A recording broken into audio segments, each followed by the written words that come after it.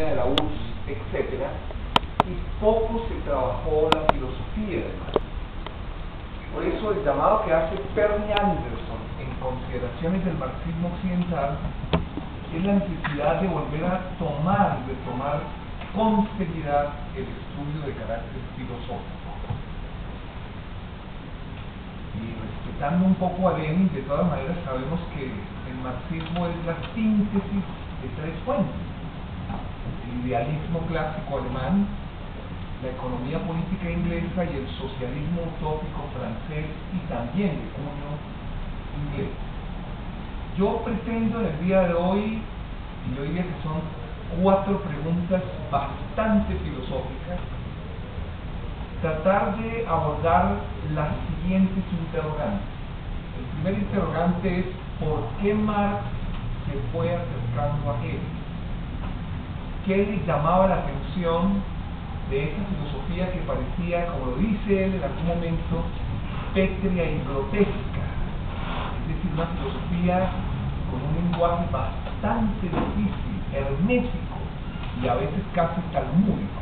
La primera pregunta es: ¿por qué él se fue enamorando del maestro Hegel? La segunda pregunta es: ¿qué diferencia tienen Marx y Engels en su aproximación a Hegel, a diferencia de los jóvenes hegelianos o la izquierda hegeliana, que hizo una lectura diferente de Hegel? Es decir, con excepción tal vez de Feuerbach, Marx y Engels, la lectura que hacen los jóvenes hegelianos de Hegel no va a ser compartida por Marx. Segunda pregunta. Tercera pregunta: ¿cómo hizo su liberación reflexiva de Hegel? Es decir, la pregunta es: ¿cómo gradualmente Marx se va independizando en un proceso, como dice el maestro Lukács, lleno de luchas arduas intelectuales de su maestro? Lo que podemos llamar una liberación reflexiva, no una liberación reactiva, como la que va a hacer, por ejemplo, Nietzsche, Schopenhauer o Kierkegaard. Y es que su relación con Hegel es una relación más bien de distancia, pero furiosa, reactiva, incómoda, indignada. En cambio, Marx, Engels y Feuerbach harán una liberación muy gradual y muy reflexiva de ese monstruo de filosofía. Y la cuarta pregunta que pretendemos más o menos resolver es: ¿qué valor tiene la tesis doctoral? ¿Por qué escoge en una tesis de Derecho, para graduarse uno como doctor de Derecho de la Universidad de Berlín, un tema que tal vez hoy ninguna facultad aceptaría? Diferencias de las filosofías de la naturaleza de Demócrito, que es un presocrático, siglo V antes de Cristo, y de Epicuro, que es un posaristotélico. Es decir, escoge un momento muy importante de la filosofía occidental.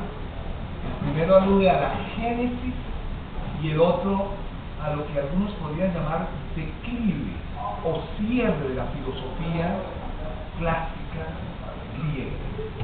¿Y por qué es importante esa tesis? Que, digámoslo de alguna manera, pues muy pocos en Colombia han trabajado con rigor. La tesis doctoral con que se gradúa de Derecho en 1841.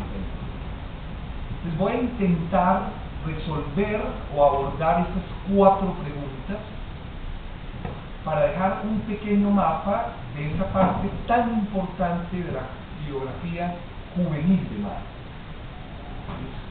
Puede que no se complete la totalidad y habrá algunas que son solo pildoritas, ¿no? Pero eso es volvernos a situar en el tema de la filosofía, a la cual pues, realmente Marx se apasionó, y uno con los años, tal vez por su obsesión, sabe que sin filosofía es muy difícil diagnosticar una época. Yo diría que casi imposible diagnosticar una época. Es decir, la filosofía es el alma del diagnóstico de nuestra época, y en ese sentido el proyecto de Occidente nació siendo filosofía. Otra cosa es que la ciencia nace de ella, y a veces cierto marxismo cree que el marxismo es solo ciencia, pero no tiene nada que ver con la filosofía. Primera pregunta: ¿por qué se enamoró y se dejó seducir por Hegel? En la carta al padre, que es un documento muy importante de su biografía intelectual, sabemos que Marx sale de Treveris, su ciudad natal, la Renania de Treveris, va a estudiar un año de Derecho a la Universidad de Bonn, pero realmente por motivos que están por investigar, pero pueden tener mucho que ver con la depresión y la melancolía que sufre ante el abandono de Jenny, que es el amor juvenil y el amor eterno de Marx.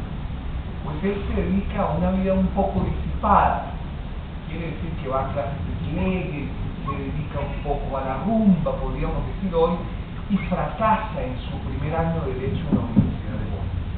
Las biografías de Mehring, de Blumenthal, la biografía de Mehring, pues trabajan ese periodo del año como estudiante de Derecho de Marx en la Universidad de Bonn.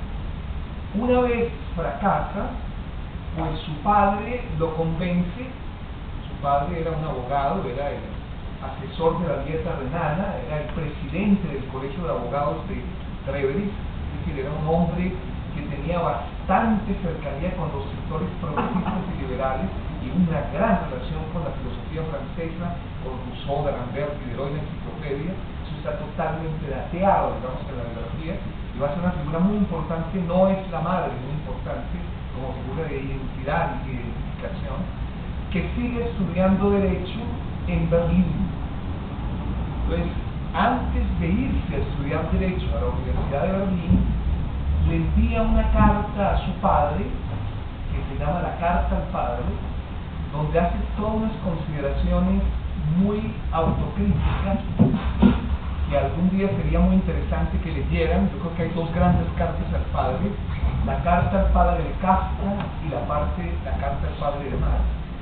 Y tenemos una referencia exacta en la Carta al Padre de por qué dejó a Fichte y a Kant y entró a la filosofía hegeliana.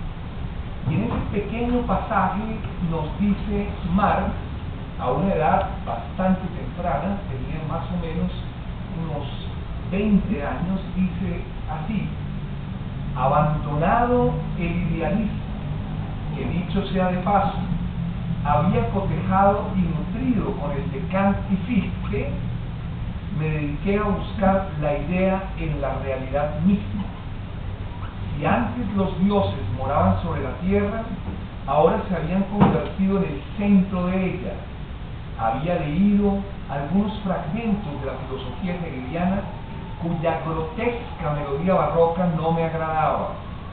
Quise sumirme una vez más en este mar proceloso, pero con la decidida intención de encontrar la naturaleza espiritual tan necesaria, tan concreta, tan claramente definida como la naturaleza física, sin dedicarme ya a las artes de la esgrima, sino haciendo brillar la perla pura a la luz del sol.